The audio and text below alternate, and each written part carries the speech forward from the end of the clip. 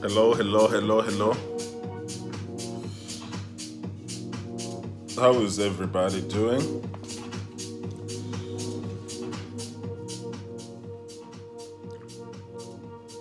How is everybody doing?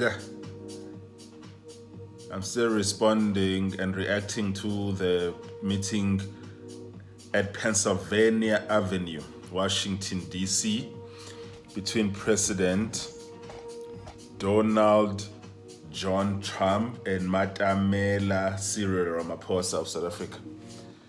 There are certain issues that I need to respond to, like the videos that President Trump played at the White House, and also those papers that he had of dead white folks that he was presenting, and I'm assuming he was putting them as evidence that white South Africans are being targeted.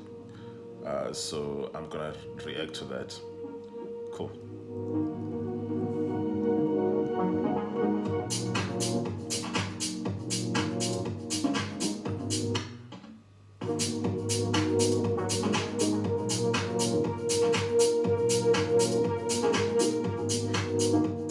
Okay, where are we?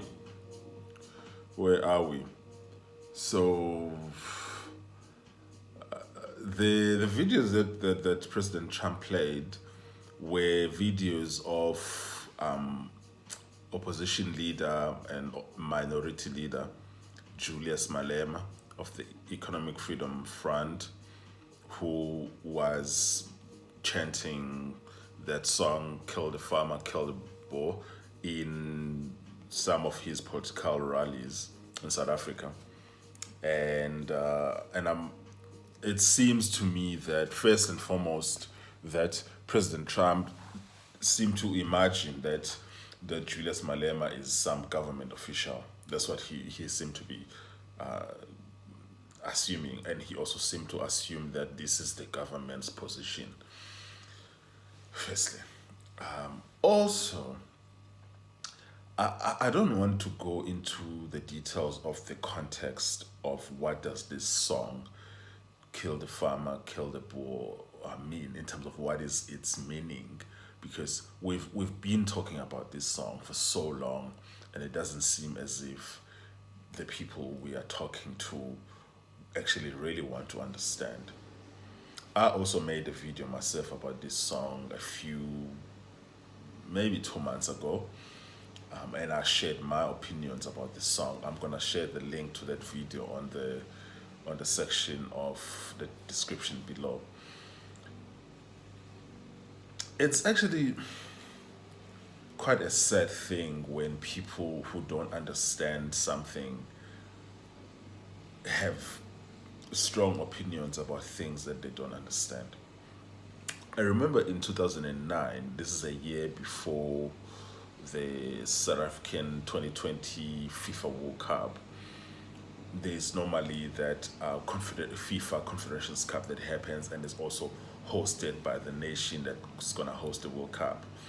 And so there were a lot of outside journalists who were covering the Confederations Cup in South Africa, including Europeans, by the way. And then, as South Africa was playing in the Confederations Cup, one of the players in that team was Matthew Booth, who is now a retired player, defender Matthew Booth. He was actually the only white player in that national team at the time. And so each time he would receive the ball or he would be in possession of the ball, the fans will chant "Booth." And these European journalists who didn't understand South Africa and didn't understand the context of South Africa assumed that he was being booed, which was actually further from the truth. Obviously, this example that I'm making is very different from a chant of actual words that are saying "kill someone."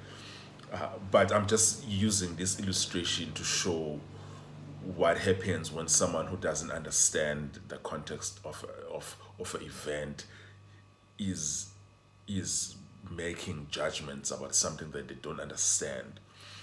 And then they started writing articles about how South African fans are booing this only white player in the team. But it turns out that they were actually not booing him. But what was actually happening is that, as it is often the tradition in South Africa, is that soccer fans tend to chant either the name or the nickname of a soccer player that they love and respect, especially players who have established themselves for one thing or the other, which is what they were actually chanting his last name, which is Booth, Bwoth. Booth. And Matthew Booth understood this. And I can tell you, as someone who has played soccer myself in South Africa, there's nothing that is as amazing as having fans chanting your name, which it used to happen to me when I was playing soccer in high school, and also when I was playing soccer at the University of Cape Town. And they'll chant my nickname V. It is I can't describe the feeling. But the thing is, these white European journalists didn't understand what was happening.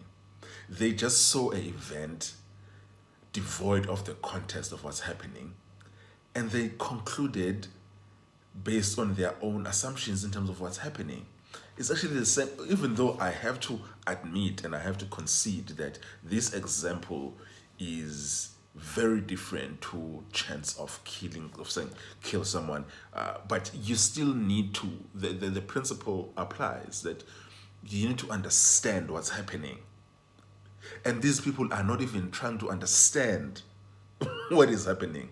They are just interpolating that, okay, they are chanting kill the farmer, kill the Boer. This must mean this is a rally cry to literally kill white people. That's what they're doing. But which is the furthest thing from the truth, number one. And number two,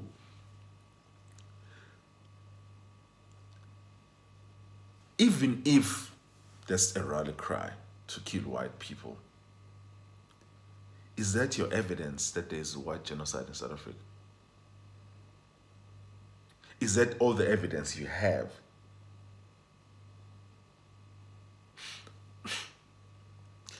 Let me put it this way. Even if, for instance, we can call this an incitement of violence, which a court in South Africa has ruled that it's not an incitement of violence and that it's not hate speech, because of a context that, if you want to understand the context, you need to sit down with South Africans who aren't politically motivated to understand what the context is. You still need to show a correlation between the singing of the song and killing of white people, which the AfriForum had opportunity to do so in a court of law in South Africa, and they failed to show the link. They failed to show any correlation between the killing of white people in South Africa and the singing of this song. They failed to even show any evidence of an increase or a spike in the killings of white South Africans that is related to the singing of this song. So then, which makes me wonder, because when I see something like this being played in the White House by people who don't even understand what it is that they are playing, but they've been told by some racists that this is evidence of white it's actually quite incredible. It's really quite incredible. And I must say that the issue of because this is a struggle song coming from anti-apartheid struggle. Not all Black South Africans are even in agreement about the appropriateness of singing of such songs that come from our past. There is an active and vigorous debate that is happening in South Africa about the appropriateness of these songs. But what is not in question is that these songs are not a rally cry to kill white people. But Donald Trump doesn't know this, and he doesn't even seem to be surrounded with people who want to understand this. And then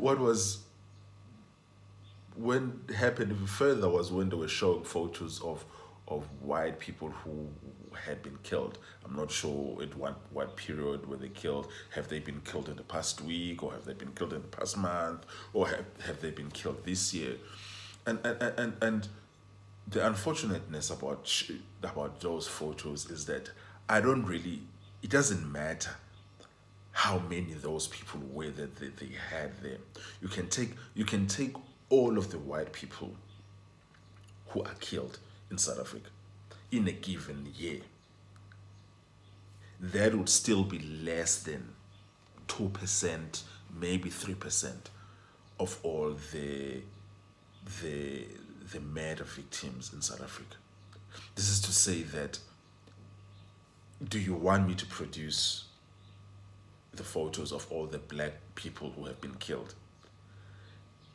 Because then if I had a stack of all the black people who have been killed, and then put it side by side with the stack of white people who have been killed, there wouldn't be any evidence that that white people are dying at any high number that warrants any sort of particular special treatment. The question really is that, why do white South Africans think that their suffering deserves special attention? I don't think that anyone in South Africa is in denial about the vicious and violent and brutal criminality that South Africans are facing. But the question for me is that, why do white South Africans imagine that their suffering and their the killings that happen of their people deserve some sort of special attention and special notice? Why is it so? When stats show that they are underrepresented in murder crimes. They are underrepresented by far. In fact, stats show that white South Africans are insulated from violent crime in South Africa. So then why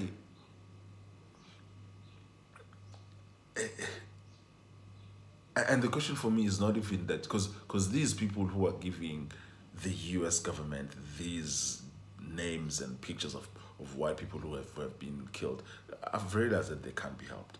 We've been arguing with these people for so long. These people can't be helped. The question for me is that, why is the US government not trying to get the context in terms of how everything is happening? And the context is that white South Africans are the group that is least likely in South Africa to be a victim of murder. The least likely to be a victim of murder. Why are they not trying to understand this? And I could see that in that meeting, President Cyril Ramaphosa didn't have the freedom to really explain the context of these figures, because it's very difficult to talk to someone, to tell someone something that they don't want to hear, even when they are wrong. It's being in a debate with someone who is wrong on the facts but is unpersuadable is one of the most difficult things that you'll ever have to do in your life. Ask me how I know. Because you have someone who is fully persuaded that something that is false is actually true. And no matter how much you're trying to reason with them, you can't reason with these people. So it's one of those reasons why I've told South Africans who are in the United States that, listen guys, don't argue with these people. Just don't do it. Because I've seen all of the coverage now on television. In the last few days, I just decided to not watch any television, in American television. I'm not watching anything because I just can't. like the level of falsehoods that I see on American television. I just can't do it. So luckily for me, I don't really have. I'm not paying for cable TV, so I don't necessarily have to waste money on that bullshit. But I've unfollowed all of the American networks on social media. I've unfollowed all of the American politicians that I was following.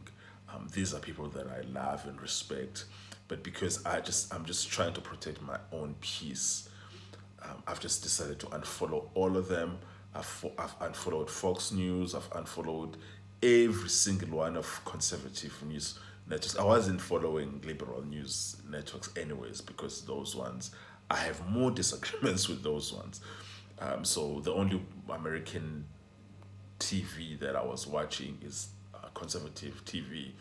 But I've just come to a point where I'm just becoming so aggrieved by all these falsehoods that I just decided to switch off television, switch off everything, and just not, because I just can't do it. I just can't do it, and I've unfollowed almost all of the conservative influences that I was following, whether it was what are the names I can think of?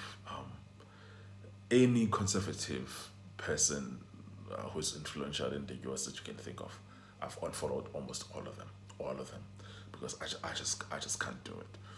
Yeah, so that's why then I'm telling Black South Africans who are in the US that, listen, guys, just don't argue, just don't do it. There is nothing to be gained. There's really nothing to be gained in these arguments, and it's very difficult to reason with someone who doesn't want to be reasoned with. It's very difficult to show someone the truth who doesn't want to know the truth. Yeah, so just don't bother. Yeah, that's really what my position is now, like on that. Okay, okay, folks. Let me know what your thoughts are on these matters on the comments below. Till the next one.